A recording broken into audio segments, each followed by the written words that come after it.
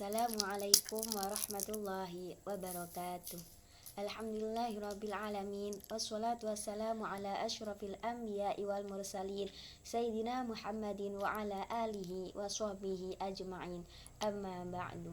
Yang saya hormati Kiai Haji Hasan Mutawakkil ala Allah SHMM selaku pengasuh Pondok Pesantren Zainul Hasan Genggong. Yang saya hormati Dr. Andes Abdul Aziz Wahab, Sarjana Agama selaku Rektor Universitas Islam Zainul Hasan Genggong. Yang saya hormati Ustadz Swabirin MPD selaku dosen pengampu manajemen pengelolaan kelas. Video kali ini saya akan menjelaskan tentang aspek manajemen kelas. Kenapa manajemen kelas sangat penting dalam proses pembelajaran? Karena manajemen kelas yang sukses mendorong perasaan memiliki di antara semua siswa, merangkul perbedaan budaya etnis, latar belakang, dan kemampuan di antara semua siswa. Hal ini memungkinkan adanya lingkungan kolaboratif di mana siswa dapat belajar satu sama lain serta dari instruktur. Di sini saya mengambil ringkas dari aspek manajemen kelas, yaitu ada 3. Yang pertama itu inovasi pendidikan dalam lingkup kelas. Yang kedua yaitu permasalahan kelas. Yang ketiga kelas yang nyaman dan menyenangkan. Yang pertama yaitu aspek manajemen kelas. Inovasi pendidikan dalam lingkup kelas. Inovasi pendidikan dapat diartikan sebagai suatu perubahan, yaitu yang baru, gagasan, dan bersifat kualitatif dalam rangka memecahkan masalah pendidikan. Guru tersebut bisa melakukan tindakan-tindakan atau usaha yang bersifat kreatif dan inovatif.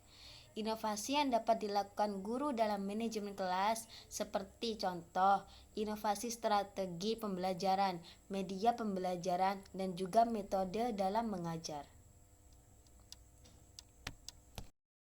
Yang kedua yaitu permasalahan dalam kelas. Masalah manajemen kelas yang pertama yaitu masalah individual. Yang kedua yaitu masalah kelompok. Yang pertama, masalah individual. Munculnya masalah individu itu didasarkan pada asumsi bahwa tingkah laku individu merupakan upaya mencapai tujuan tertentu, yaitu pemenuhan kebutuhan untuk diterima oleh kelompok dan untuk mencapai harga diri dalam individu sendiri. Aspek masalah kelompok meliputi kesatuan kelompok, interaksi dan komunikasi, struktur kelompok, tujuan-tujuan kelompok, kontrol, dan iklim kelompok. Yang ketiga yaitu kelas yang nyaman dan menyenangkan.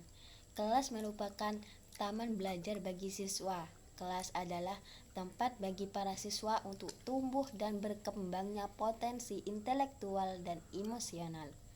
Sedangkan syarat-syarat kelas yang baik yaitu pertama, ada rapi, bersih, dan tidak lembab. Jika kelas tersebut tidak rapi, tidak bersih, maka tidak akan sehat di dalam kelas tersebut dan tidak akan membuat nyaman dalam proses pembelajarannya. Yang kedua yaitu udara yaitu cukup cahaya yang meneranginya.